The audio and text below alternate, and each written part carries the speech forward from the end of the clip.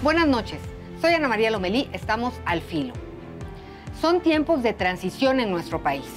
Andrés Manuel López Obrador, virtual presidente electo, anunció que el próximo 7 de agosto inician en Ciudad Juárez los foros de consulta para elaborar el plan de seguridad. Hoy al filo, Loreta Ortiz, doctora en Derechos Humanos, académica, jurista responsable en esta ocasión de coordinar el proceso de pacificación a través de los foros de consulta. Comenzamos.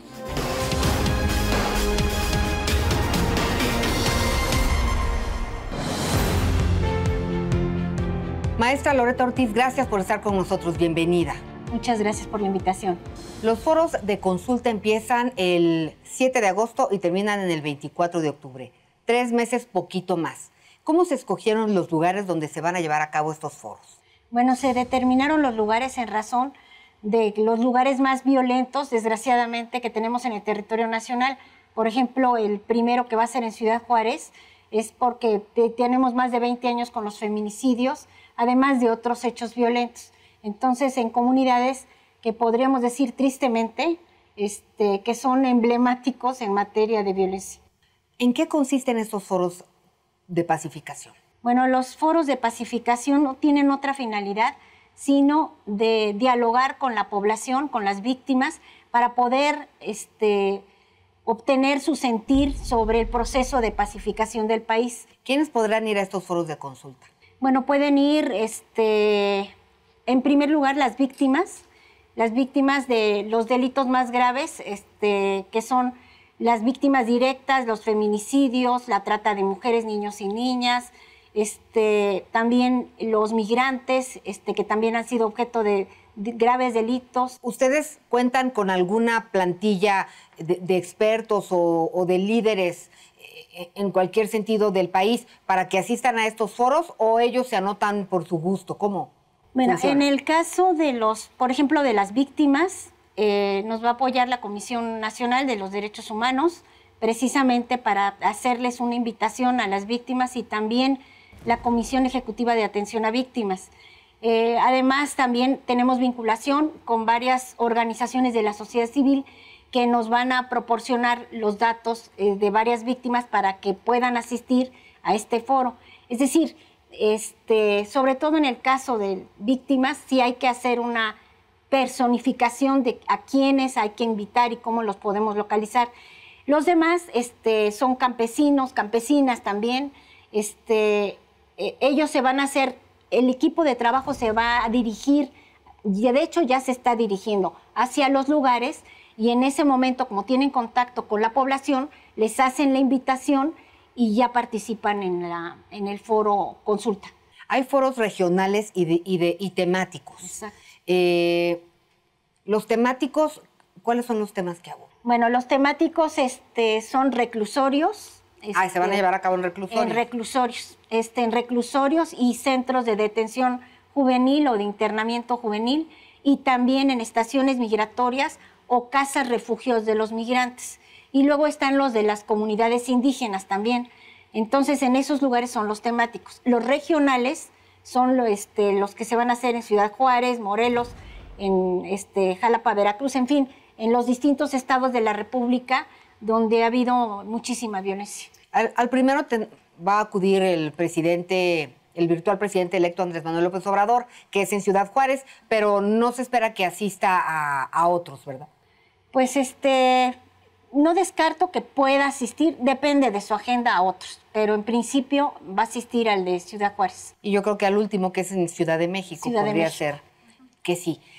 A ver, ¿y cómo van a fluir? ¿Cuál es la mecánica en estos foros? ¿Se reúne esta gente? ¿Cuántas personas estarán en un foro? Sí, estamos para que, como es una dinámica especial, que son foros escucha, es decir, que van a participar dando su opinión sobre lo que deberían de ser las políticas públicas o la forma de resolver el problema de violencia, y dar sus sugerencias de cuáles son las maneras o medios para llegar a la pacificación.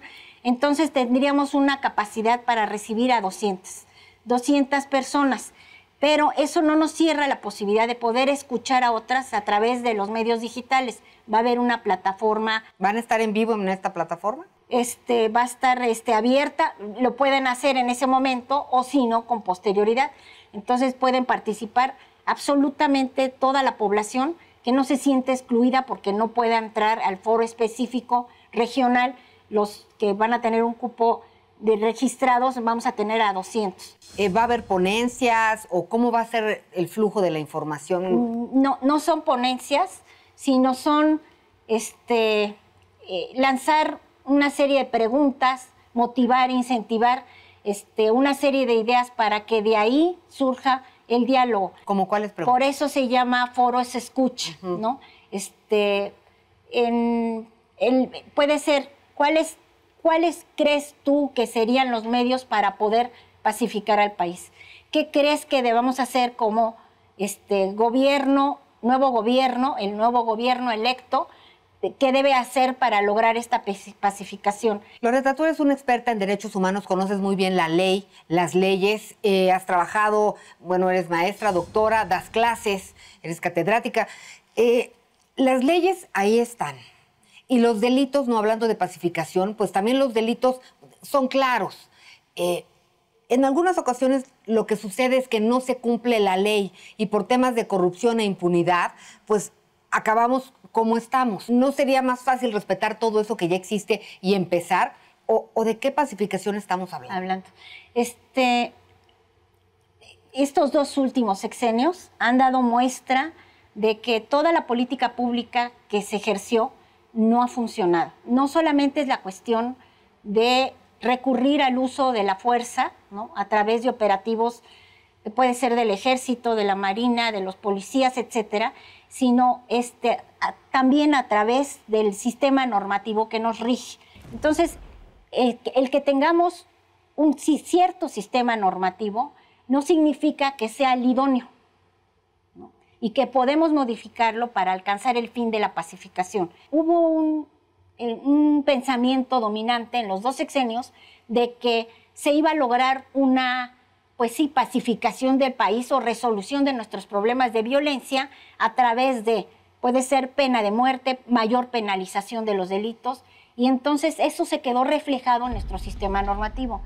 Ahora estamos pensando en que si esto no ha funcionado, hay que cambiarlo. Y hay que cambiarlo de la mejor manera, y no solamente tomando el ejemplo de otros países, sino adaptándolo a nuestra circunstancia. Se ha hablado mucho de la amnistía. ¿Qué va a pasar con la amnistía en estos foros? Esa es una pregunta que se puede plantear, si no de manera general, y yo creo que va a surgir como una propuesta de las mismas personas que estén convocadas a los foros. Entonces, lo que va a ocurrir es que va a salir el tema, se va a discutir, dirán algunos que están de acuerdo y otros que no están de acuerdo. ¿Qué papel jugarán las víctimas en este debate? No, ese es el central o fundamental.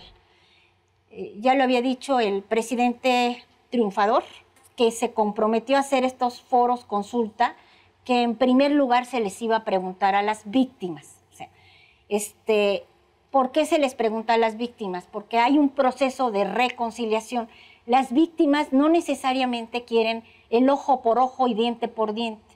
Hay muchas ocasiones, y se ha visto en otros países, con saberse que se reconoce el hecho ilícito, que tenga una verdad, se le dé conocimiento, que se conozca la verdad de los hechos ilícitos cometidos y haya una reparación del daño, que es lo que es justicia transicional. Entonces con eso se dan por bien servidos y pagados. Y ellos no desean continuar con esa, podríamos decir, con esa cadena de odio y de criminalización, etcétera. Ellos también quieren en su interior terminar con esa historia de tanto dolor, y la forma es a través de estos foros, pues ya van a expresar y les vamos a preguntar, ¿tú consideras que podría ser un buen camino para la pacificación del país una ley de amnistía? ¿En qué condiciones? ¿Qué tendrían que hacer los victimarios? Y hablando de las personas que están reclusas, legalmente, pues son responsables de haber cometido alguno o varios delitos. Cuando se hable de amnistía, pues es evidente que también dirán todos que son inocentes. ¿Quién va a determinar ¿quién tendrá realmente la posibilidad de entrar en la amnistía? ¿Quién va a decir si efectivamente puede entrar en este proceso? ¿Cómo se va a manejar? Bueno, en caso de aprobarse esto a través de los foros, porque se requiere como primer paso una aprobación en estos foros consulta de poder regular la amnistía como una forma, porque es un pedacito nada más de lograr la pacificación del país, existen otros medios también, no es el único. Una vez que se apruebe esto y que salga de los insumos de los foros consulta, entonces se redactaría una ley de amnistía, tendría que ser aprobado por el Congreso y aprobada esta ley, pues entonces ya iniciaría, podríamos decir, el proceso de administración de estas amnistías. En un comité que se va a crear en una unidad de la Secretaría de Seguridad, es donde se va a analizar caso por caso. Si fue condenado correctamente y cometió un acto, como puede ser violento, porque son los casos en que no procede la amnistía, ningún acto violento, entonces no sería merecedor de la amnistía. Sí, por el contrario, si no cometió acto violento, entonces sí podría ser merecedor. ¿Un acto no violento podría ser qué? El tráfico de droga. Como mulas, las personas que utilizan como mulas. ¿Y los que no tendrán derecho a amnistía definitivamente son? Los que desaparecen a una persona, los que secuestran a una persona con violencia, la trata de personas, sean mujeres, niños o niñas, el tráfico de migrantes. Si en esta gran consulta la mayoría de las personas dicen, o de las víctimas o familiares de las víctimas dicen no a la amnistía, entonces la amnistía no procedería. Sí, estamos en ese entendido de que si ellos dicen no, no va. ¿Te parece si para despedirnos jugamos al filo, asociación de ideas? Yo te digo una palabra y lo primero que se te ocurra es la respuesta. Ok. Muy bien. Asociación de ideas. Derecho. Debe de respetarse el Estado de Derecho. Delito. Debe de perseguirse e investigarse. Reconciliación. Debe buscarse para la convivencia del país. Foros de consulta. Una gran oportunidad para escuchar. Transición. En la época para ya lograr una pacificación del país y un cambio en la política de seguridad del país. Leyes. Es algo que a lo que estamos sometidos todos los ciudadanos. Paz. Una añorada paz que tenemos todos los mexicanos. México. El país que amamos y al que servimos. Loreta Ortiz, maestra, muchas gracias por acompañarnos, responsable de organizar estos foros de consulta. Vamos a estar muy pendientes y pues muy de cerca porque queremos estar al tanto de todo lo que sucede y en qué terminan estos foros. Muchas gracias. Muchas gracias. Y gracias a ustedes por habernos acompañado. Recuerden que tenemos una cita la próxima semana al filo. Que descansen.